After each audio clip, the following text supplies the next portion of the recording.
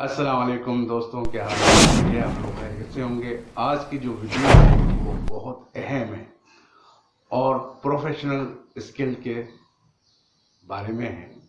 हमने देखा है कि हमारे माशरे के अंदर जो लोग या इंटरमीडिएट या ग्रेजुएशन पास कर कर आते हैं तो फिर वो जॉब की तलाश करते हैं, तो जॉब उनको नहीं मिलती क्योंकि उनके पास कोई ऐसी प्रोफेशनल स्किल नहीं होती जिसकी वजह से वो सही तौर पर अप्लाई कर सके। इसी तरह फिर वो मुख्तलिफ प्राइवेट सेक्टर में जाते हैं, मुख्तलिफ इदारों में, तो उनको ये कह कर रद्द कर दिया जाता है कि आपके पास कोई स्किल नहीं है, ना अकाउंटिंग आपको आती है, ना कंप्यूटर की नॉलेज आपको है, ना कॉरस्पॉन्डेंस वगैरह कर सकते हैं, ना ही आपको स्टोर से वाकफियत है। तो इसी वजह से वो रिजेक्ट कर देते हैं और जो फ्रेश स्टूडेंट होते हैं वो बहुत परेशान हो जाते हैं। तो इसी सिलसिले में हमने एक वीडियो बनाई है तो हम आपको गाइड लाइन दे सकें कि आपने करना क्या है। आपने करना ये है कि 4 स्किल जो हैं वो आपने सीखना है। अगर आपने इंटर किया है या ग्रेजुएशन है या किसी भी सब्जेक्ट में आपने किया है, बीएससी में किया है, या अगर आपने कॉमर्स में किया है तो बहुत अच्छी बात है। कॉमर्स वालों के लिए प्रैक्टिकल होना बहुत ज़रूरी है। और इसी तरह सिंपल आपने ग्रेजुएशन की है, यानी इकोनॉमिक्स में ग्रेजुएशन की है, तो इसके लिए सबसे पहले आपको स्किल सीखना ज़रूरी है। तो वो स्किल के मुतालिक आपको बताता हूँ कि वो हमारे जो इस माशरे के अंदर, जो हमारे इस प्राइवेट सेक्टर के अंदर एम्प्लॉयमेंट के जो मौके हैं आसानी से मिल सकते हैं, वो 4 स्किल पर बेस करते हैं। सबसे पहले अकाउंटिंग, फिर उसके बाद कंप्यूटर लिटरेसी, कंप्यूटर की नॉलेज भी लाजमी है, फिर उसके बाद इंग्लिश कॉरस्पॉन्डेंस, ये भी ज़रूरी है, और फिर उसके बाद स्टोर से वाकफियत हो, इन्वेंट्री, जहाँ पर वेयर हाउसेज होते हैं वहाँ पर स्टॉक किस तरह मेंटेन करते हैं। तो ये 4 स्किल आपने सीखना है और वो उसको हैंड्स हम आपको दे देते हैं। 4 स्किल किस तरह, क्या क्या उसके अंदर आपने सीखना है। तो इसके लिए वीडियो हाजिर है, तो चलें। तो सबसे पहले आपको अकाउंटिंग के मुतालिक सीखना है कि अकाउंटिंग है क्या, उसकी अकाउंटिंग की साइकिलिंग क्या है। क्योंकि जो ट्रांजैक्शन जो हो रही है प्राइवेट सेक्टर के अंदर, उसके मुतालिक मैं आपको थोड़ा सा ब्रीफ करना चाहता हूँ कि अकाउंटिंग साइकिलिंग ये है कि पहले तो आप rules of debit and credit सीखें, फिर आप सीखें लेजरिंग कि डेबिट साइड कौन सा है, क्रेडिट साइड कौन सा है।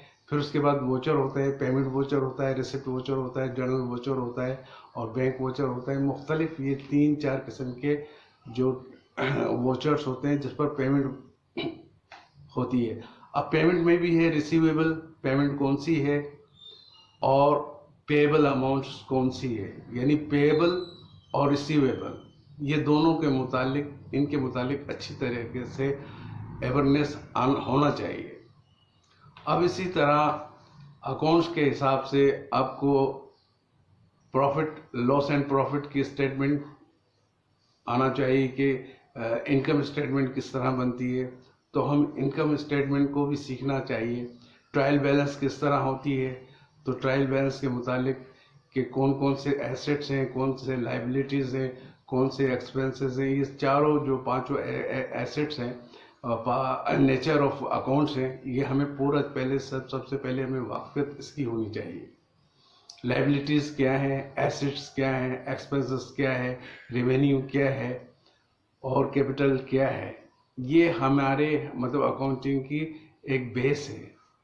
दूसरा ये है कि बुक कीपिंग का ये है कि आप जो भी अकाउंट्स से रिलेटेड जो भी ट्रांजैक्शन होती है उसका रिकॉर्ड को रखने के लिए, मेंटेन रखने के लिए बुक कीपिंग कहते हैं। क्योंकि सारी जो अकाउंटिंग बेस करती है वो बुक कीपिंग पर करती है, यानी आपका अकाउंट्स जब मुकम्मल होगा, जब तक कि आपकी अकाउंटिंग की जो रिकॉर्ड है वो सही तौर पर प्रॉपरली तरीके से मेंटेन हो सके। अब इसमें लेजरिंग क्या है, लेजर ये है कि लाइबिलिटीज़ का अलग लेजर हो, डेबिट कौन सा है, क्रेडिट साइड कौन सा है, फिर उसके अंदर एक्सपेंसेस का अलग रिकॉर्ड हो।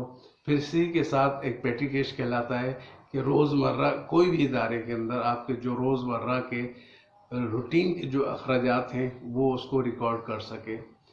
अगर रिसिप्ट है तो रिसिप्ट साइड पर, अगर पेमेंट है तो पेमेंट साइड पर नेचर ऑफ पेमेंट कौन सी है और कहाँ से रिसीव हुई है, सोर्स ऑफ जो रिसीविंग अमाउंट है वो कहाँ से हुई है, इसकी जानकारी भी लाजमी है अकाउंटिंग के हिसाब से। फिर एक कैश बुक भी मेंटेन होती है। ये जो वो मैं बता रहा हूँ जो आजकल अकाउंट्स जो मुख्तलिफ इदारों में प्राइवेट सेक्टर के अंदर इन है।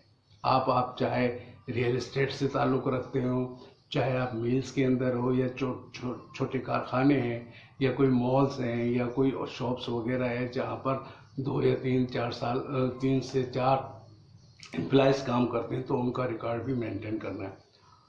तो ये जानकारी आपने सीखना है। अब इसके लिए आपने खुद प्रैक्टिस करना है, यानी आपको मैं हिंट्स दे रहा हूँ कि ये चीज़ आपने अडॉप्ट करना है, सीखना है और इसके साथ प्रैक्टिस भी करना है। आजकल इंटरनेट का, सोशल का ज़माना है, सोशल मीडिया का, तो उसके अंदर आपको सब सारी चीज़ें आपको मिल जाएगी। अकाउंटिंग के मुतालिक आपने अच्छी तरह से सीखना है। जो मैंने आपको बताया है कि जर्नल किस तरह मेंटेन होते हैं, लॉस एंड प्रॉफिट की स्टेटमेंट किस तरह बनाई जाती है।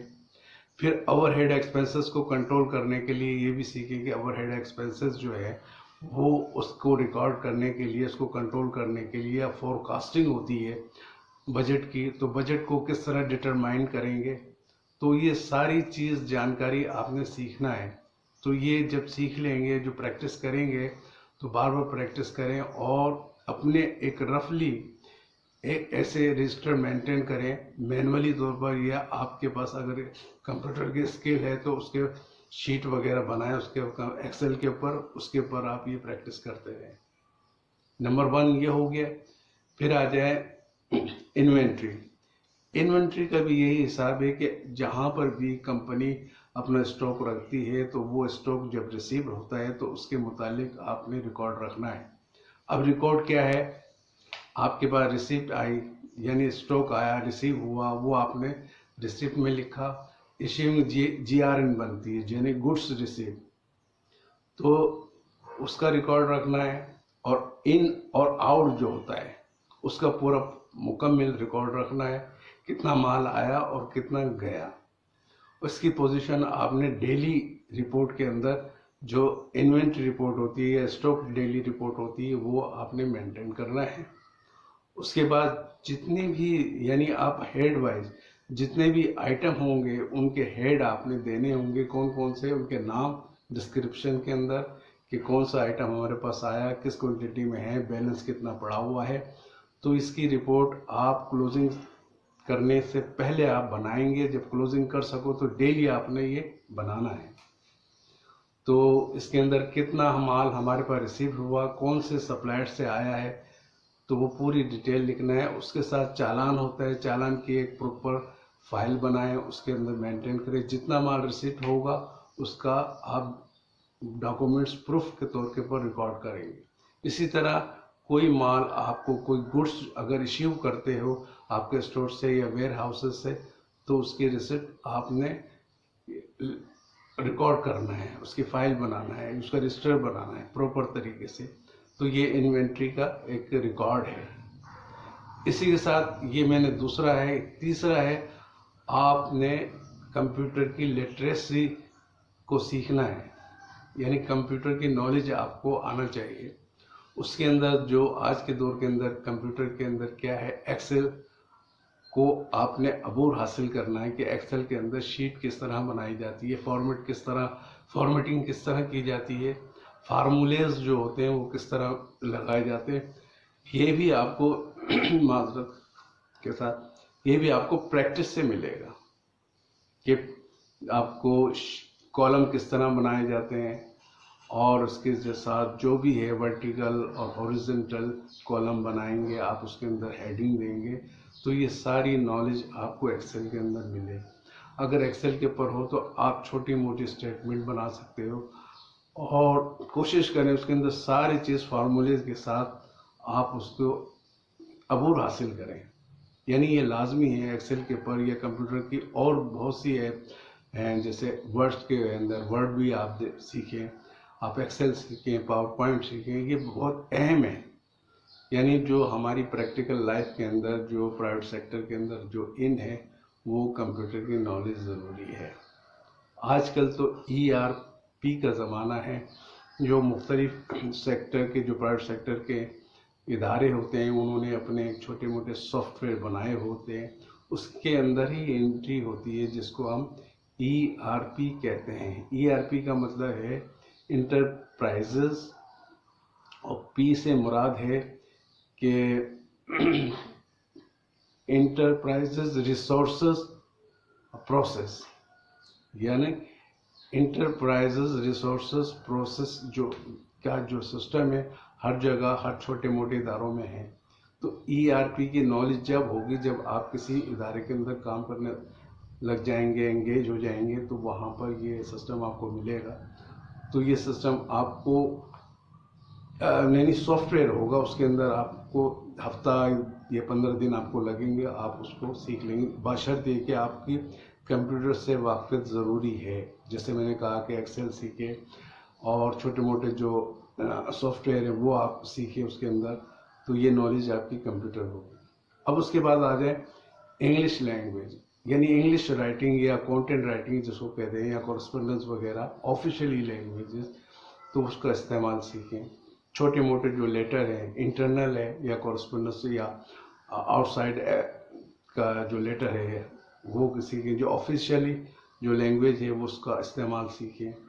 और हम पार्टियों को किस तरह अपने लेटर लिखते हैं, वेंडर्स को किस तरह लेटर लिखते हैं, बैंक को किस तरह लेटर लिखते हैं, ये मुख्तलिफ पार्टियों को जो भी हमारे लिंक्स होते हैं बिजनेस के अंदर, तो उसके अंदर उनको कॉरेस्पोंडेंस सीखे करना के उसका मेथड को, इनफॉर्मल लेटर किस तरह होते हैं, फॉर्मल लेटर किस तरह होते हैं, इसकी जानकारी आपको सोशल मीडिया पर यानी यूट्यूब पर मिल जाएगी। और ये लाजमी है, ये सीखें प्रैक्टिस से। इंग्लिश लाजमी है। आज के दौर के अंदर किसी भी इदारे के अंदर जाएं तो इंग्लिश की जानकारी लाजमी है और ये सीखना है, क्योंकि इसके बगैर आज के दौर में अधूरे हैं। कोई भी कॉरेस्पोंडेंस हो, किसी भी टाइप की हो, छोटी या बड़ी, अपने लीगल डॉक्यूमेंट्स होते हैं वो किस तरह मेंटेन होते हैं, या दूसरे छोटे मोटे जो डॉक्यूमेंटेशन होती है वो किस तरह होते हैं, तो ये आप प्रैक्टिस करें, डेली प्रैक्टिस करें। और एक रजिस्टर बनाएं मैनुअली पैरेलल के अंदर, उसको रजिस्टर में लिखें, राइटिंग में लिखें, राइटिंग वर्क भी करें और साथ में कंप्यूटर का इस्तेमाल भी करें। उसके साथ शीट बनाएं और अपनी खुद क्रिएट करें उसके अंदर, अपने उससे अंदर खाली कोई ऐसी स्टेटमेंट बनाते रहें, तो उससे प्रैक्टिस होगी। यानी डू प्रैक्टिस लाजमी है, practice makes a man perfect, तो ये लाजमी है। तो ये 3-4 स्किल हैं, ये जो ग्रेजुएशन कर आते हैं या ग्रेजुएशन या इंटर पास होते हैं, जो फ्रेश लड़के होते हैं, तो उनके लिए ये जानकारी बहुत ज़रूरी है एम्प्लॉयमेंट के लिए। क्योंकि हर इदारा बग़ैर एक्सपीरियंस के, यानी 2 साल या 3 साल या इसकी हाउ नो होना चाहिए, जब भी वो आपको इंडक्ट करेंगे, एम्प्लॉयमेंट के मौके देंगे कि हाँ यार ये अकाउंट भी जानता है, कंप्यूटर भी जानता है, और ये इन्वेंट्री का स्टोर से रिलेटेड है ये भी जानता है।